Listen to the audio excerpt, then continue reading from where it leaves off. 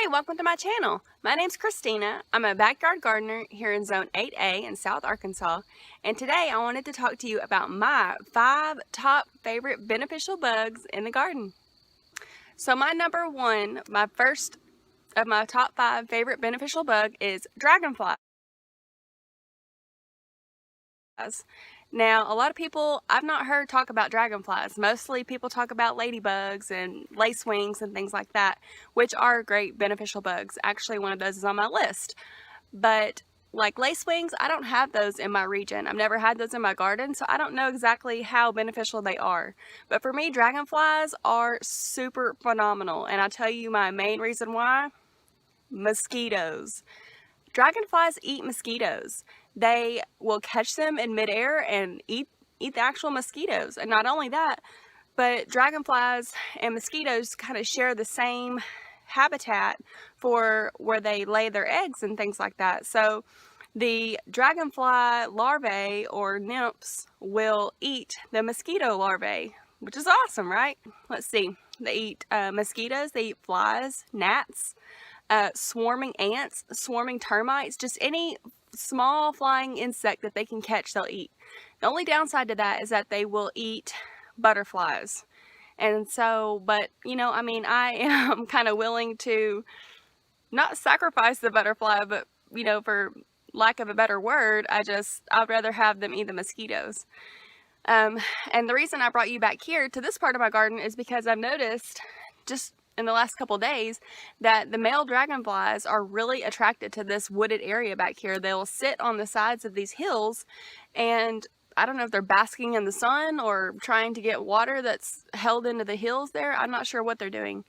But if you want to attract dragonflies to your garden, the first thing you need to do and think about is their habitat and like where they lay their eggs. So like I said earlier, they lay their eggs in like a wetland area.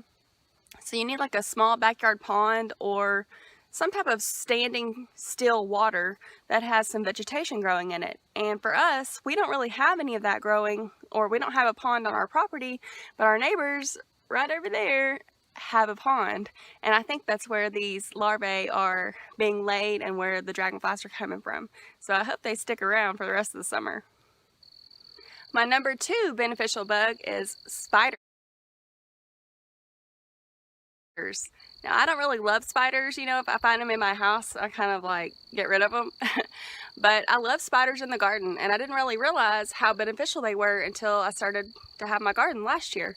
And what it is that they eat caterpillars, the aphids, grasshoppers. But I've noticed that if I ever find bugs, like non-beneficial bugs in my garden, like say caterpillars growing in the crevices and stuff of my spinach and behind my spinach, most of the time I will find a spider nearby because they're right there where their prey is. And I welcome all spiders in my garden. I don't kill any of them. I don't run any of them off. And in fact, I try to attract them to my garden. I really hope to have one of those big black and yellow striped spiders this year, like the really big ones that make the good webs. I really hope to have one of those in my garden this year. My number 3 top 5 beneficial bug in the garden is a ground beetle. Now, ground beetles, like their name suggests, they eat things that live on the ground, like snails and slugs and cutworm and cabbage maggots and caterpillars. So the ground beetle is really beneficial. Now, if you want to have ground beetles in your garden, they like to live in perennial places, perennial flowers and things that overwinter, and then also your compost. I'm not a great composter, but I know that they live in here.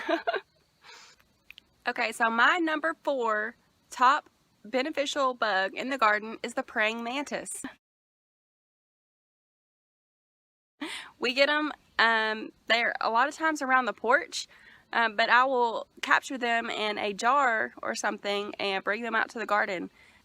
They eat caterpillars, moths, crickets, beetles, which is kind of, you know, with my last pick, you know, you don't really want them eating your ground beetles. However, I'm okay to sacrifice some of that, right? And if you want to attract the praying mantis, they say to plant dill and marigold, and that's what I have here. These are my tomato plants. And here I have dill right along here. And I have marigold right here. And I have some in the other parts of the bed as well. Okay, so my number 5 top beneficial bug in the garden is, of course, ladybugs.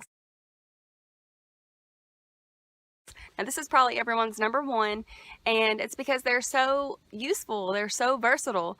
They eat mealybugs and aphids and leafhoppers and leaf miners, and if you don't know what a leafhopper is, you need to look it up, because those little buggers will go around and take one bite. It takes one bite into your tomato plant and they will transmit a virus, mosaic virus. And even though, you know, I mean, I had some tomatoes that had this last year and they did pull through. I left them in, I just pruned them and I treated them like little babies and they pulled through. They actually grew new growth on them that was not damaged. I don't know how, but and you can still eat the fruit off of a tomato plant that has the mosaic virus. But these ladybugs eat these nasty pests, right? And they are pollinators. They go from, you know, flower to flower and get the pollen on their little feet and carry it from flower to flower and help pollinate your garden. So ladybugs will stay in your garden, in your habitat, for as long as they have something to eat. You know, you hear a lot of people will buy ladybugs online, which is great, and they'll set them loose and they'll stay in their garden for a day or two and then they'll fly away. And they, you know, I mean, maybe they ate what was around, but they're not going to stick around unless you have just a big smorgasbord of bugs for them to eat. I've read stories that, you know, people who live next to like organic farms will say they know when their neighbor bought ladybugs because they'll buy them and then a few days later they'll be over in their garden eating all their bugs. So that's just a tip for you, a warning for you. You know, just if you don't have that big of a garden, if you don't have that big of an issue, I wouldn't really necessarily buy them.